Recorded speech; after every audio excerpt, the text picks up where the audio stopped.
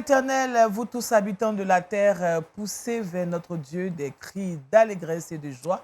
Shalom à tous et à toutes. Bienvenue à Wake Up en ce mardi. Nous sommes très heureux d'être en votre compagnie et nous sommes avec un invité de marque, le pasteur Stéphane Waldman, qui nous vient de la Suisse. Bienvenue, pasteur. Merci, shalom. Comment ça va? Ça va bien, merci à vous. Alors, comme on dit bonjour? Bonjour. Bonjour. Comme ici. Comme ici, tout simplement. Alors, ce voyage, il a été, ça s'est bien passé. Oui, très bien, merci. Dieu merci. Avec vous, nous allons méditer la parole de Dieu. Qu'est-ce que nous allons voir? On va parler du retour de Christ, 5 aspects du retour de Christ. C'est le moment pour nous de pouvoir retenir ces choses. Voilà. Parce que... On ne sait pas, il peut venir n'importe quand. Alors, c'est vrai, il y a beaucoup interprétations diverses sur le retour de Christ. Mais bon, voilà, je vais partager un peu 5 aspects différents, puis après, voilà, les gens font ce qu'ils veulent avec. C'est ça. Dans tous les cas, nous devons nous préparer au retour de Christ. Merci, pasteur. Ce sera donc pour la rubrique Méditons ensemble. Shalom, Josué. Shalom, Daniel. Comment ça va? Ça va, Dieu fait grâce. Alors, avec Josué, on aura Culture Actu, le saviez-vous? Oui, Culture Action, on va parler aujourd'hui d'action sociale, plus précisément d'une ONG du nom de ACDI. C'est une ONG qui est du niveau du Togo. Et dans le saviez-vous, on ira du côté de l'Afghanistan. On va parler un peu des talibans qui pourchassent actuellement les prédicateurs de la parole. Voilà. Waouh, ce n'est pas facile. C'est pas facile. Encore la persécution. Oui, la persécution, on donnera de plus d'informations. D'accord. Merci, Josué. Shalom, Kouda. Bonjour, Daniel. Comment ça va? Ça va bien, très bien. Merci. Alors, on aura des astuces avec toi aujourd'hui? Oui, comme toujours, on aura 3 astuces. Cette fois-ci, on va faire un petit coucou aux animaux. Je ne sais pas si vous en avez chez vous, mais bon, on verra 3 astuces pour nettoyer l'urine d'animal sur nos tapis. Oui, ils font pipi partout. Surtout les chatons. Les chats, là, et puis l'odeur, après, la maison est désagréable. Quand tu as des invités, c'est bizarre. Donc, comment on peut éliminer ces odeurs et les traces de pipi sur nos tapis? Déjà, en même temps, ça te fait rien. Oui. Si tu dois changer à chaque fois. Oui, on n'aura plus d'argent dans la cagnotte. Tu as fait choukouya de l'animal. Mais c'est ça. Si tous les jours, il doit te faire déposer. Au moins, il faut faire, faut savoir ce qu'il faut pour éviter vraiment ne pas le briser. Bien conserver votre tapis. D'accord, merci Kouda. Ça sera pour la rubrique Le Trick Box. Et vous le savez, nous sommes mardi et tous les mardis, nous avons un spécialiste en relation d'aide. Et aujourd'hui, nous recevons Madame Bonnie Antonine qui nous vient de Jeunesse en Mission. Shalom, maman, comment ça va? Shalom, oui, ça va bien. Alors, vous nous venez de Jeunesse en Mission. Avec vous, on va parler de l'enfant. Oui, on va parler de la valeur de l'enfant. Quelle importance l'enfant. Pourquoi parler de cette valeur? On parle d'éducation, de la formation de l'enfant, mais il est important de savoir qui est l'enfant, quelle est sa valeur, quelle est son importance dans notre vie. De cela va dépendre tout ce que nous allons faire avec l'enfant. Comme ça, on pourra mieux le prendre en charge. Comme ça, on pourra mieux le prendre en charge. D'accord. Parce qu'on a une mission dans la vie de chaque enfant. Oui, il faut aider l'enfant à rentrer dans cette mission. Merci, maman Bonnie. Anthony, ça sera pour tout à l'heure la rubrique Relation d'aide. Ainsi, nous avons planté notre décor. Sans plus attendre, prenons notre Bible et de quoi noter. On y va pour méditons ensemble.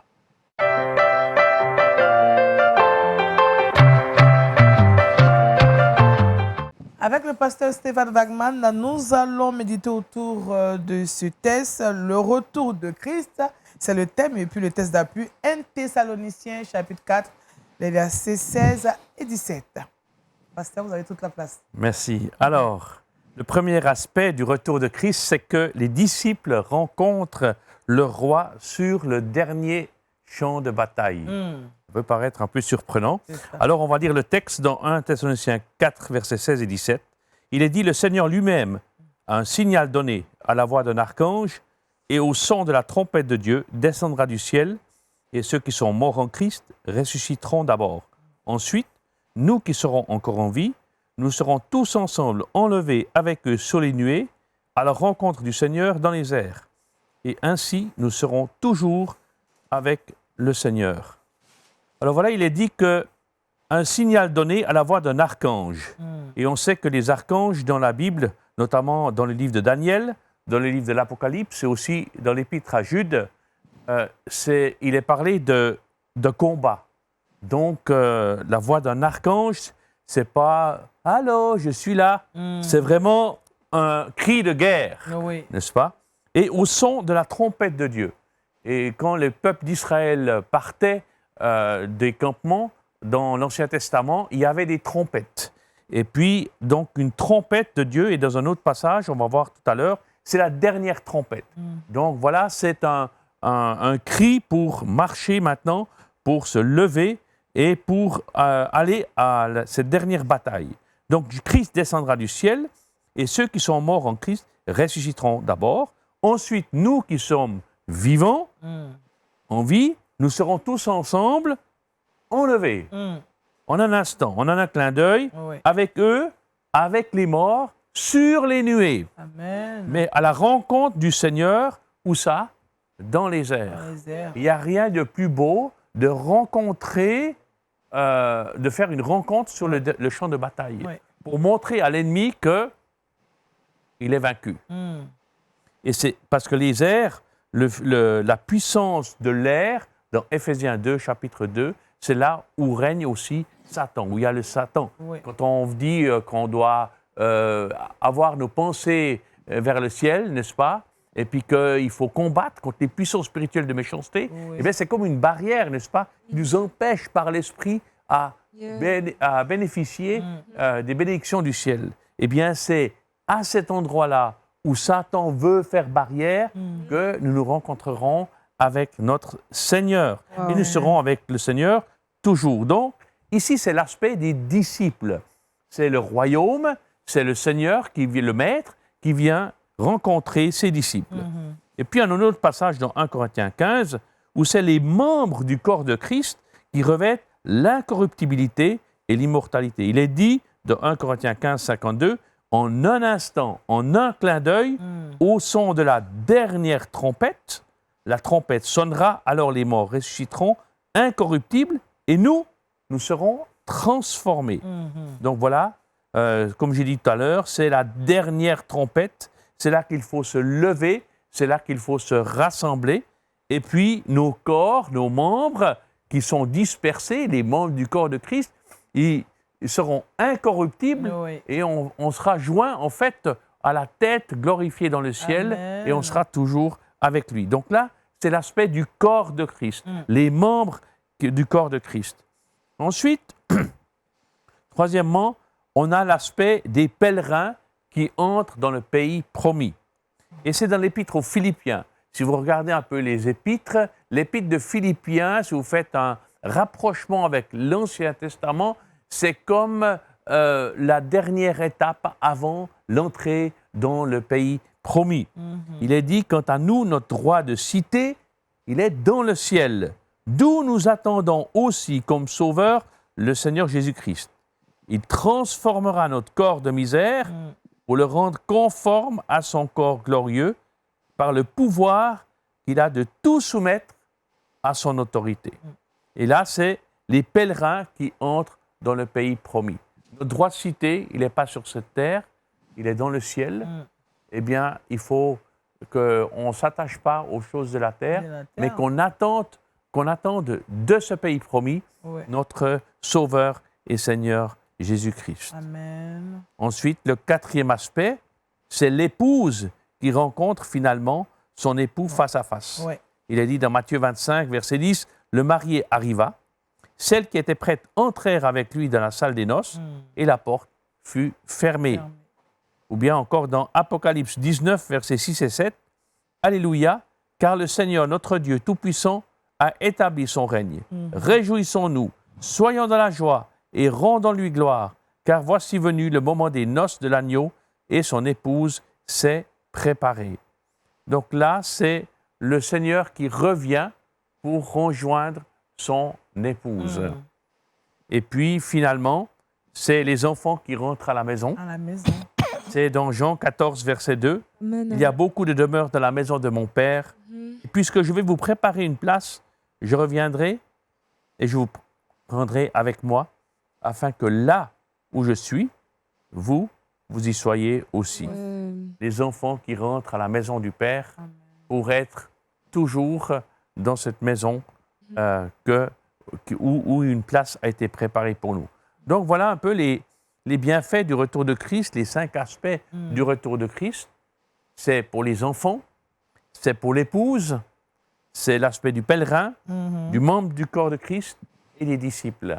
Donc nous avons ces différentes images dans le Nouveau Testament qui mettent l'accent sur une relation différente, mais comme une pièce de puzzle, n'est-ce pas, vis-à-vis de Jésus-Christ. Alors qu'on soit encouragé à attendre Christ, il revient du ciel, on ne sait pas quand, n'est-ce pas? Nul ne sait l'heure ni le jour. Voilà, il faut être prêt, Il il faut se préparer. Oui, il faut se préparer. Voilà, que le Seigneur vous bénisse sa parole. Amen. Merci au pasteur Stéphane Badman, avec qui nous avons médité la parole de Dieu, les 5 aspects du retour de Christ. Je pense qu'on a eu pour test d'appui 1 Thessaloniciens, chapitre 4, versets 16 et 17. Alors, pasteur, c'est vrai qu'aujourd'hui, ces tests sont prêchés dans nos communautés.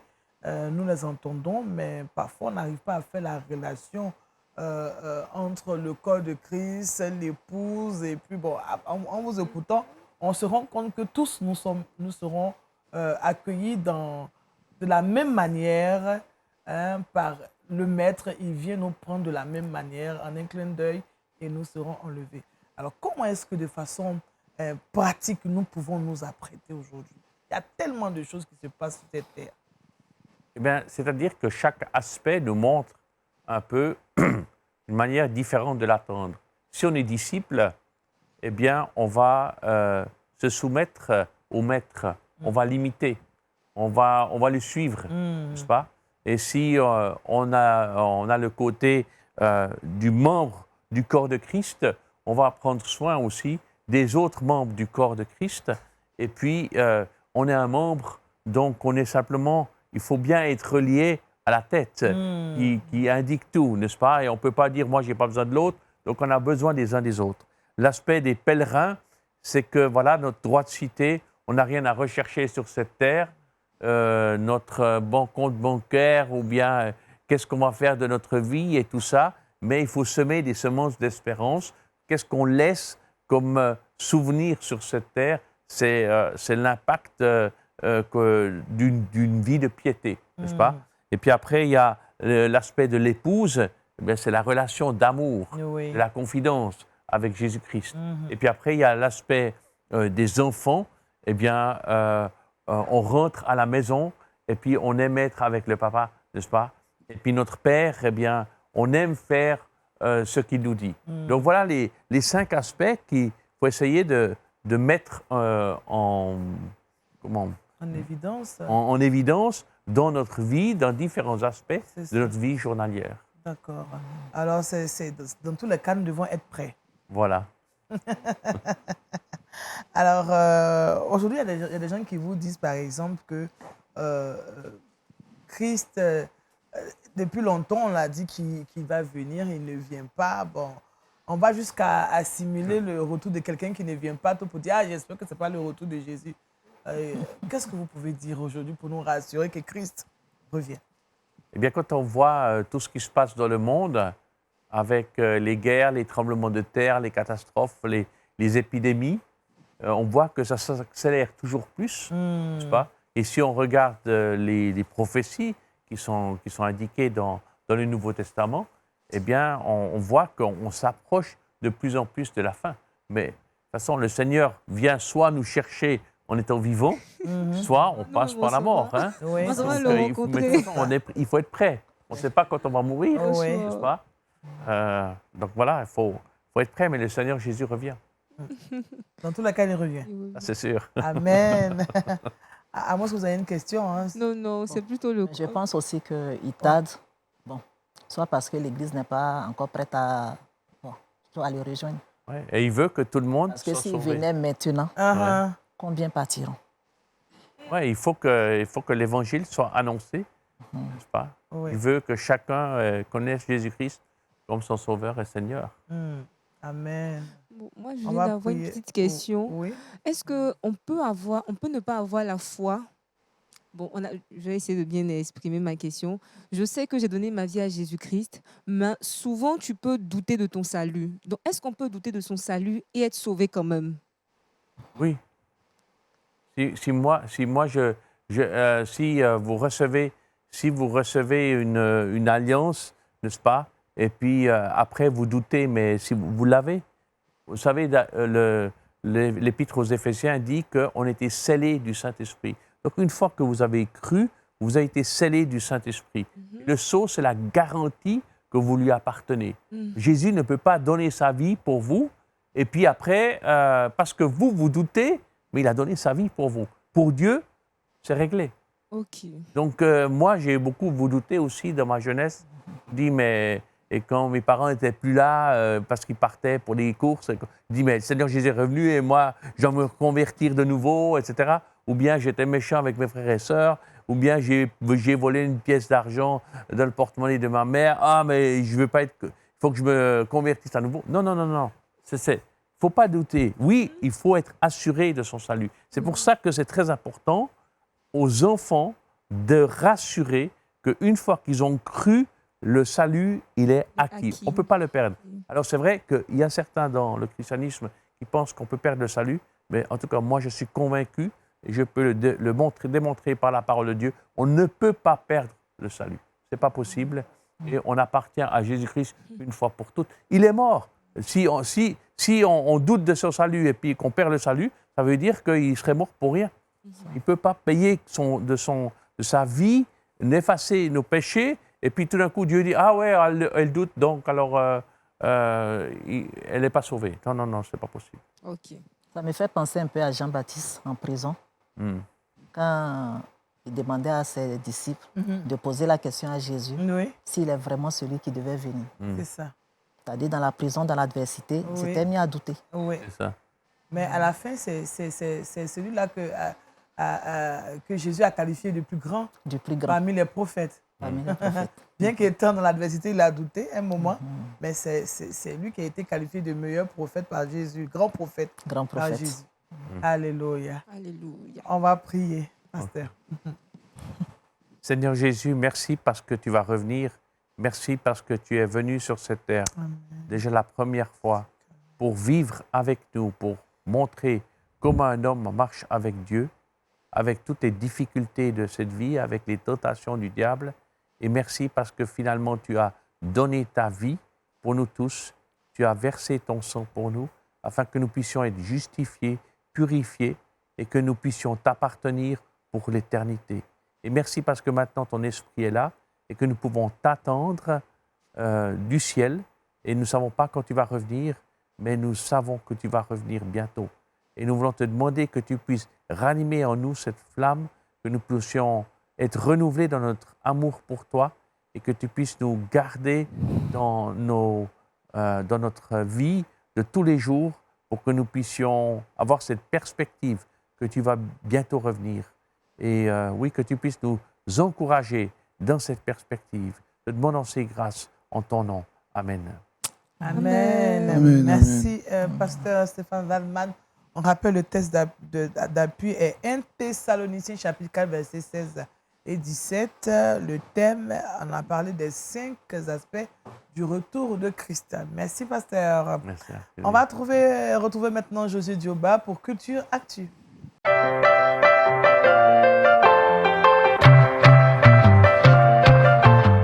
Avec José Dioba, on parle d'action sociale. Oui, avant que Jésus n'arrive, nous on va aller au Togo aujourd'hui, on va parler d'action sociale.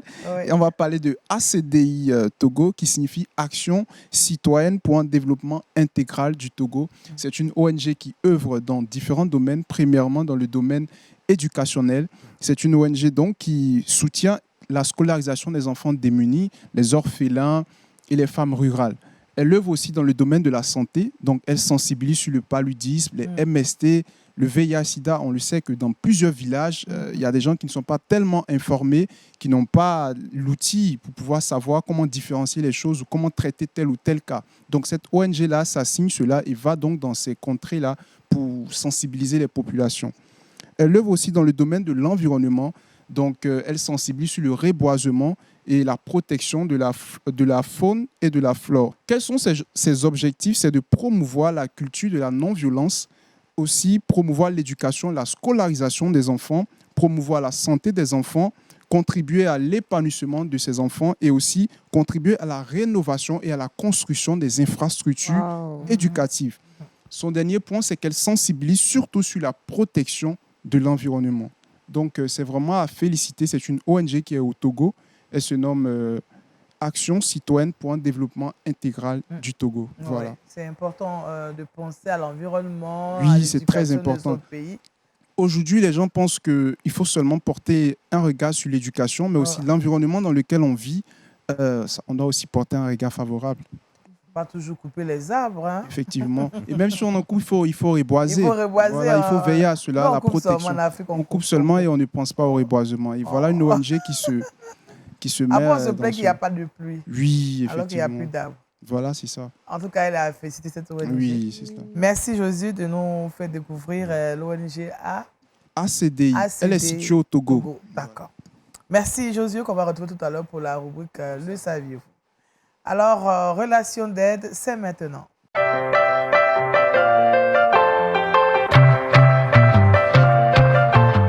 La valeur de l'enfant, c'est notre thème. Nous sommes avec Madame Bonnie Antonine de Jeunesse en Mission. Alors, on se tourne vers vous. Par quoi est-ce qu'on va commencer puisqu'on parle de la valeur de l'enfant?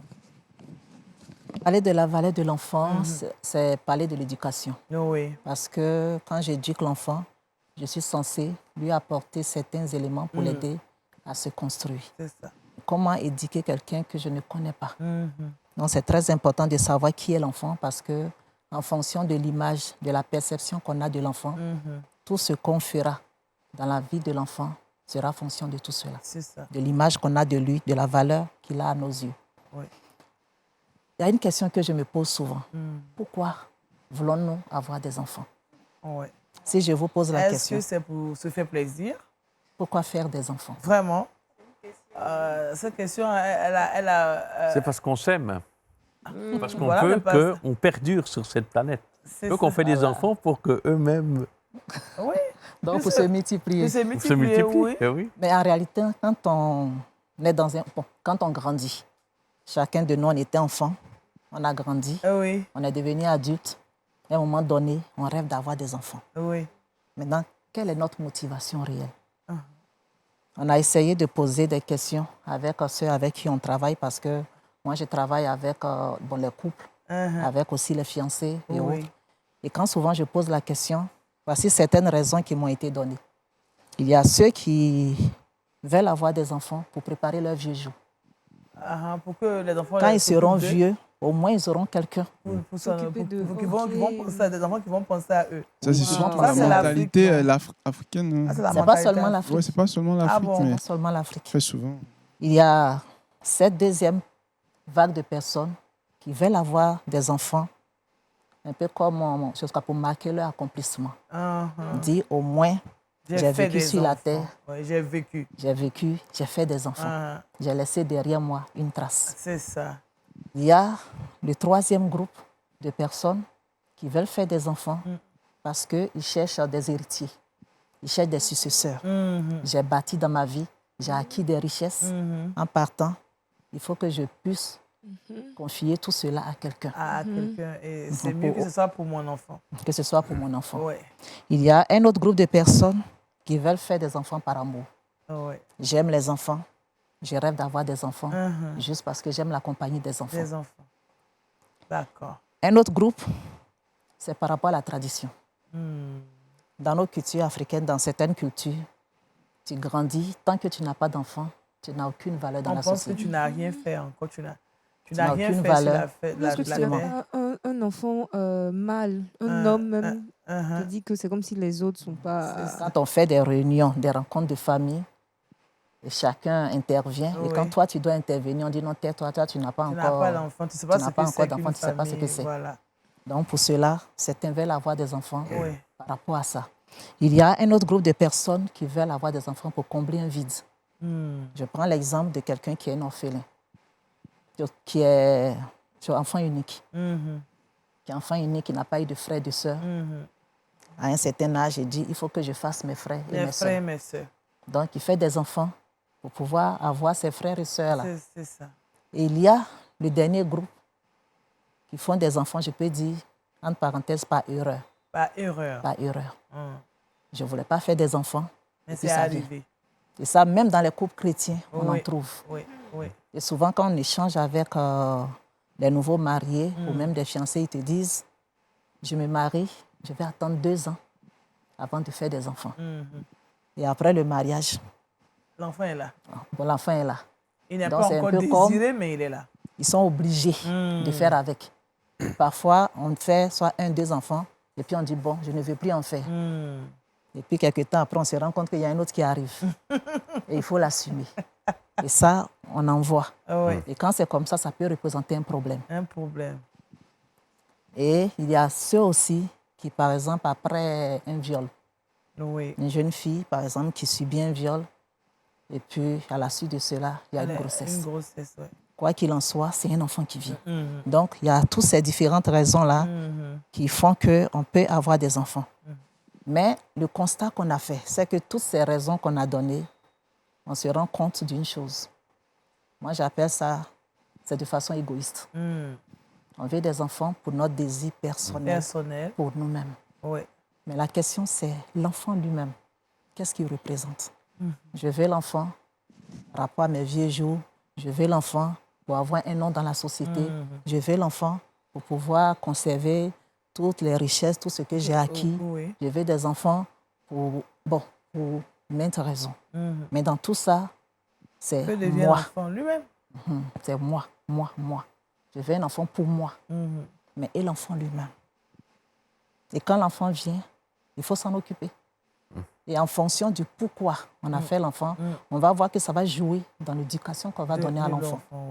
Parce que si l'enfant, je prends le dernier cas, l'enfant qui n'a pas été désiré, je ne peux pas arriver à l'aimer entièrement. Or, l'éducation, la base de l'éducation, c'est l'amour. L'amour, oui. Éduquer sans amour, on conduit l'enfant dans une catastrophe. La base de toute éducation, c'est l'amour. Amen. C'est avec amour qu'on peut amener quelqu'un à pouvoir changer, on peut amener quelqu'un à pouvoir construire sa vie. Et quand, par exemple, je fais un enfant pour remplacer les frères et sœurs que je n'ai pas eus, donc l'enfant lui-même, il ne vit pas pour lui, mais il vit par rapport à mes désirs. Et ça fait que souvent, dans l'éducation de l'enfant, on met des attentes sur ces enfants-là.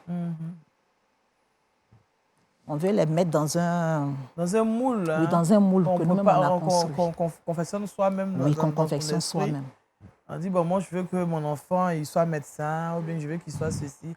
Alors que l'enfant aspire à être... à sa vie, à lui. Oui, un peintre, ou bien... un guitariste. Ou bien un footballeur, ou bien un artiste. Et puis on dit, ah, c'est pas dans ma famille ici. Tout de suite, en fait, ça. Le frottement commence. Imaginez qu'on met dans vos mains un œuf. Comment est-ce que vous allez tenir cet œuf? Ah là, je vais bien l'attraper pour que ça se casse. Vous allez faire très attention. Oui. Imaginez qu'on vous donne une boîte. Vous ne savez pas ce que contient la boîte. Donc, vous allez chercher à découvrir. Et quand c'est comme ça, qu'est-ce qu'on fait? On secoue, on fait plein de choses. Maintenant, imaginez qu'après, vous découvrez qu'à l'intérieur, c'est un œuf. C'est cassé. Ça peut ne pas se casser. Mais quand on découvre que c'est un œuf, à ce moment-là, on se dit, ah, qu'est-ce que j'ai failli faire? L'enfant, c'est Dieu qui donne l'enfant. Même si un homme et une femme se mettent ensemble, puisque c'est après une relation que l'enfant vient. Mais ce père et cette mère, ce n'est pas eux qui créent l'enfant dans le sein maternel. C'est Dieu qui donne la vie dans le sein maternel. Et l'enfant va grandir. C'est tout comme un œuf. L'œuf, c'est une vie qui est à l'intérieur. En fonction des conditions dans lesquelles l'œuf se place, il y a une vie qui va naître. Le poussin va grandir à l'intérieur de l'œuf. Après, devenir un petit poussin, quand il sort de l'œuf, grandir, devenir une poule, un coq, qui à son tour va aussi faire des œufs. C'est ça. Et c'est un peu ça, la vie de l'être humain. C'est comme si Dieu nous donne un œuf. Mais le plus souvent, on ne sait pas ce qu'il y a à l'intérieur de cet œuf-là. Et comme on ne sait pas, on en fait ce qu'on veut. Mais il faut comprendre que cet œuf-là ne nous appartient pas. Donc l'enfant qui nous est donné ne nous appartient pas. Ce n'est pas notre propriété. Et ça, c'est quelque chose que chaque parent doit pouvoir comprendre. C'est vrai que l'enfant a fait 9 mois. Dans notre sein. Dans notre sein. Oui. Mais il n'est pas à nous. Oui. Même s'il a fait 9 mois, c'est vrai que pendant les 9 mois, je l'ai nourri. Je vais communiquer avec cet enfant pour l'amener à croître. Mais quels que soient tous les efforts qu'on va faire, l'enfant ne nous appartient pas. Il appartient en premier lieu à Dieu, à celui qui l'a placé dans notre sein. Oui. Et comme c'est Dieu qui l'a placé, il y a une destinée sur la vie de l'enfant. Le psaume 139 nous dit, sur le roi David, il dit, alors que je n'étais qu'une masse informe, déjà tes yeux me voyaient. Et sur ton livre était inscrit tous les jours qui m'étaient destinés. Avant même, je n'existe. Et c'est ainsi pour chaque enfant qui naît. Avant que l'enfant même ne soit conçu dans le sein maternel, déjà, Dieu avait une destinée pour cet enfant. Dieu savait déjà ce que cet enfant allait devenir. Et il vient, il nous confie cet enfant. Si je ne sais pas la destinée de cet enfant, comment je vais l'éduquer comme il faut? Mais est-ce que déjà, quand l'enfant est dans le sein maternel, on peut déjà connaître la destinée de cet enfant? Dans le sein maternel, le Seigneur peut nous révéler. Oui. Le Seigneur peut nous révéler, mais le plus souvent, il ne révèle pas. Mais c'est dans ton intimité avec lui que tu arriveras à comprendre. Quand l'enfant naît, chaque parent, quand un enfant, ça veut dire que dans les étapes de croissance de l'enfant, Dieu nous permet de découvrir qui est cet enfant. C'est ça. Parce que voir un enfant jouer, on découvre plein de choses. Vous allez voir un enfant qui, par exemple, va réunir ses amis, commencer à enseigner ses amis. Ou bien, il va aligner ses poupées, ses jouets, puis commencer à jouer en l'enseignant devant cet ami. Parfois aussi, il y en a qui sont toujours les chefs de l'équipe. Et quand c'est comme ça, déjà, on découvre en cet enfant-là que c'est un leader, un futur leader. Donc, toi, le parent, quand tu découvres ton enfant avec un certain talent, ton rôle de parent, c'est de l'encourager dans ce don. C'est pour cela que c'est important pour le parent de pouvoir être en communion avec Dieu. C'est Dieu qui t'a donné l'enfant. Il a une destinée. Chaque enfant naissant a sa destinée dans sa main. Oui. C'est aux parents de savoir observer l'enfant, de savoir être en communion avec Dieu pour arriver à comprendre le cœur de Dieu pour l'enfant en question. Amen. Je peux avoir 10 enfants.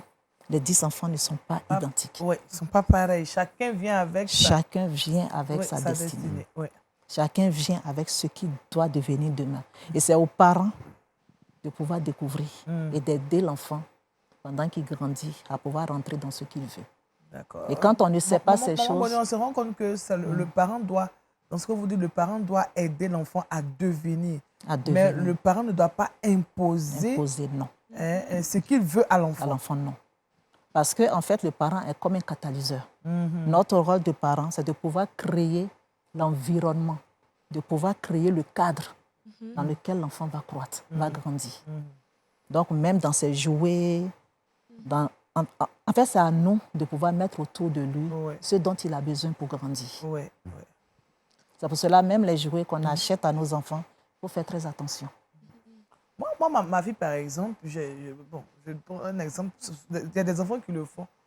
Quand on lui achète un jouet, les 2 premiers jours, le jouet est intact. Mais le 3e jour, on a fini de le démonter. On veut voir ce qu'il y a à l'intérieur.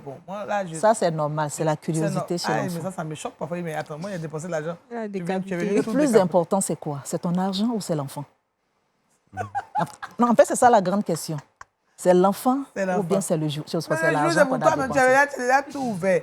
Poupée ou nous saurons-nous pour voir ce qu'il y a à l'intérieur. Oui. Parce que l'enfant, en fait, il est curieux. D'accord. Ça, c'est un autre sujet. Oui. Il veut découvrir son environnement. Son environnement, ok. Il est curieux. Donc, il a tendance à vouloir tout casser pour voir comment ça a été fait. Donc, ce n'est pas mauvais quand ça se passe? Ce n'est pas mauvais, c'est normal. C'est normal, d'accord. C'est normal dans le développement de l'enfant.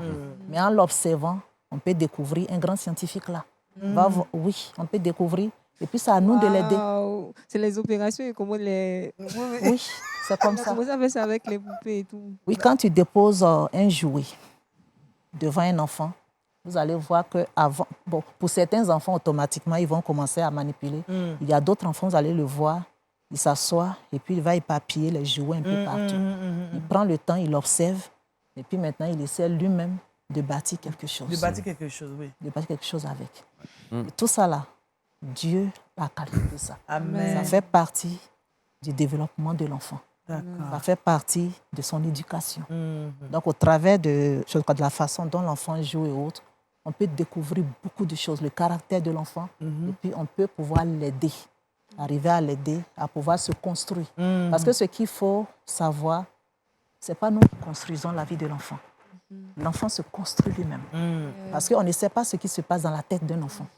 L'enfant a une conscience, l'enfant réfléchit, il pense, et en fonction de ce qu'il pense, il se construit une vie. C'est pour cela qu'il faut faire attention. Dieu m'a donné quelque chose, je dois en prendre soin. Il faut savoir que l'enfant est fragile, il est très vulnérable. Dans Matthieu, Jésus disait, allez-y, dans Matthieu, Jésus disait de faire attention à ne pas scandaliser les enfants. Les enfants, oui. Parce que celui qui scandalise un enfant, il dit mieux vaut pour lui qu'on lui mette une meule et puis qu'on le jette dans l'eau. Ça dit mieux vaut ça que de pouvoir scandaliser l'enfant et puis voir une punition qui va venir avec. Pour montrer un peu la valeur que l'enfant représente aux yeux de Dieu. C'est pour cela qu'en tant que parents, nous devons faire attention. Parce qu'on a un compte à rendre. Tôt ou tard. Ouais. Merci, Maman Bonnet. Fouda, tu as une question rapidement? Oui, j'ai une question. Qu'est-ce qu'on peut dire aux parents qui n'ont pas, par exemple, la compétence pour s'occuper des dons, des talents de leurs enfants lorsqu'ils sont petits? Souvent, il y a des parents qui ne sont pas allés loin. Qui ne savent pas, qui sont un peu... Bon, peut-être qu'ils savent, mais ils n'ont pas les ressources, ils n'ont pas toutes les compétences en fait pour accompagner l'enfant depuis le bas âge. Ils voient ses talents, ils voient certaines choses, mais ils n'ont pas la capacité en fait de pouvoir l'aider. Donc, à ces parents-là, qu'est-ce qu'on peut dire? Tout à l'heure, quand je parlais, j'ai dit, le secret, c'est que chacun s'approche de Dieu. Une des choses, c'est qu'en tant que parents, c'est important de nous réconcilier d'abord avec le Seigneur, avec Dieu. Parce que l'enfant vient de lui. C'est lui qui saura nous donner l'intelligence, la sagesse qu'il faut pour chaque enfant.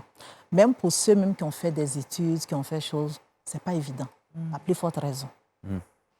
Moi-même, j'enseigne, mais c'est un défi tous les jours. Tous les jours, oui. C'est un défi. À chaque fois que je suis devant mes enfants, c'est un défi. Il faut que constamment, je prie, Seigneur, oriente-moi. Seigneur, donne-moi ta sagesse. Quand je commets des erreurs, je demande pardon. Et puis, je vais de l'avant. Donc, le secret, c'est d'abord dans notre relation avec Dieu. C'est pour cela que nous, quand on encadre, même les fiancés, quand on est avec les couples, une des choses que j'ai l'habitude de faire, c'est d'amener la personne d'abord dans sa relation avec Dieu. Vérifier d'abord la relation de la personne avec Dieu, sa conversion. Est-ce que la personne s'est vraiment donnée au Seigneur? C'est ça. Est-ce que la personne vraiment prend du temps? Dans la prière. Dans la prière, dans la méditation de la parole de Dieu. Parce que quand ta relation avec Dieu fonctionne, l'éducation d'un enfant devient beaucoup plus aisée. D'accord. Parce que ta ressource, c'est Dieu. Amen. Il n'y a pas autre chose. Amen. Tout se trouve dans la parole de Dieu. Amen. Alléluia. Merci, Maman Bonnie. Le temps, il court. Hein? on pourrait conclure que l'enfant a de la valeur aux yeux de Dieu et puis nous devons aussi accorder cette valeur à nos enfants. Oui. Il faut pouvoir écouter Dieu pour comprendre le cœur de Dieu. Amen. Merci, Maman Bonnie. Antonine, je rappelle que vous êtes de Jeunesse en Mission. Avec vous, nous allons parler de la valeur de l'enfant. On espère vous retrouver une prochaine fois pour parler encore. C'est tellement intéressant d'en parler. Merci en tout cas d'être venu nous parler de cette valeur. Jésus m'a dit, laissez venir à moi les enfants, car le royaume des cieux... le royaume des cieux appartient à ceux qui ressemblent aux enfants. Voilà. Ils sont tellement gentils, même quand ils sont un peu méchants. Mais ils reviennent quand même sur leur pas pour demander pardon. Mais les enfants qui ne demandent pas pardon, hein. Les enfants qui ne demandent pas pardon. Non, ils ne demandent pas pardon parce qu'on ne leur a pas appris à demander pardon. Il faut apprendre à l'enfant. Il faut apprendre à l'enfant. L'enfant, il regarde et puis il fait ce qu'on lui montre. Ouais, il fait ce qu'on lui montre. En tant que parent, si on ne lui demande pas pardon, il ne saura pas qu'il faut demander pardon. Il faut demander pardon. C'est pas ça, vous regardez et puis la caisse. Ça va, pasteur? Oui, ça va bien. Les enfants sont grands. Ah, d'accord. Mais c'est vrai, c'est juste d'avoir la bonne relation avec notre Dieu Et notre Seigneur, c'est ça qui donne la sagesse. Parce que les enfants sont tous différents. Et puis, on peut avoir fait des grandes études, mais il faut avoir la sagesse de Dieu au quotidien. Amen. Merci vraiment, Maman Bonnie Antonine, au pasteur Stéphane Waldman. Nous allons changer de cap et retrouver Kouda qui a des astuces pour nous. C'est le Trickbox.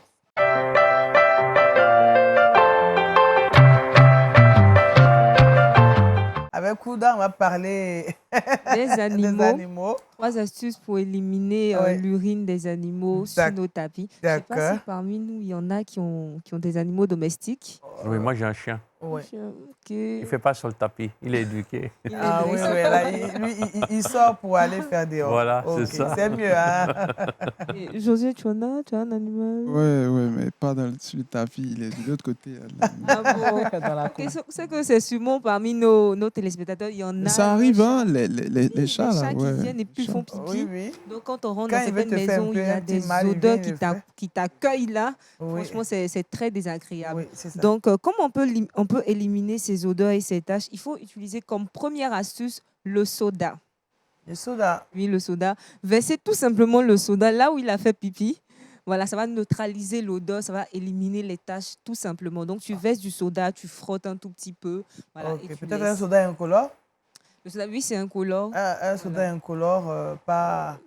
La qualité, je veux dire, le produit même s'appelle soda. Ok, le soda, voilà, d'accord. Le soda. Je sais qu'il y a divers produits, mais il y en a un qu'on appelle le soda. On retrouve ça dans toutes les surfaces. Hein. Voilà, donc, c'est celui-là qu'on verse sur le tapis, là où l'élément est passé. Ok. La deuxième astuce, on va utiliser le vinaigre blanc avec de l'eau. Donc, je parle beaucoup de vinaigre blanc. Donc, sûrement, vous en avez dans votre cuisine. Il faut simplement mélanger le vinaigre blanc avec un peu d'eau et vous versez également sur la tâche. Ça va neutraliser déjà les odeurs. Vous pouvez même laver s'il a fait pipi dans des habits ou d'autres, je sais pas, des objets. Vous pouvez les tremper dans de l'eau avec du vinaigre blanc. Ça va enlever les odeurs sur le tapis, les taches, etc. Et puis, vous aurez une maison qui sont bons. Et la dernière astuce, c'est de l'eau oxygénée. Je ne sais pas si vous connaissez l'eau oxygénée. On retrouve cela aussi en pharmacie. Donc, c'est très efficace aussi pour enlever les taches d'urine sur les tapis. Ça désincruste très bien. Donc, vous pouvez également utiliser l'eau oxygénée. D'accord. On va rappeler les 3 éléments. Le soda, l'eau oxygénée et le vinaigre blanc. Et le vinaigre blanc pour débarrasser nos tapis des pipis d'animaux. Voilà. Maintenant, si il continue à faire ça, vous pouvez, vous voyez. Bon, là, il faut lui indiquer un autre endroit pour ça. Il a envie d'être mangé. Non, là, il faut lui indiquer un autre endroit pour lui. Non, c'est pas ici, ça doit se passer, mais ailleurs. Voilà. Est-ce qu'il va écouter? Si, il y en a qui écoutent. C'est pas mal dire, il a dit que lui, son chien, il est dressé. Donc, il sait qu'il doit aller. S'il fait ça ici, c'est qu'il y a un problème. Donc, on peut quand même lui indiquer ça. On peut lui montrer où il faut faire désormais pipi pour ne pas qu'on soit toujours en train de changer le tapis. Merci Kouda pour ces astuces. On va retrouver José Dioba qui a pour nous des informations. Et c'est le saviez-vous.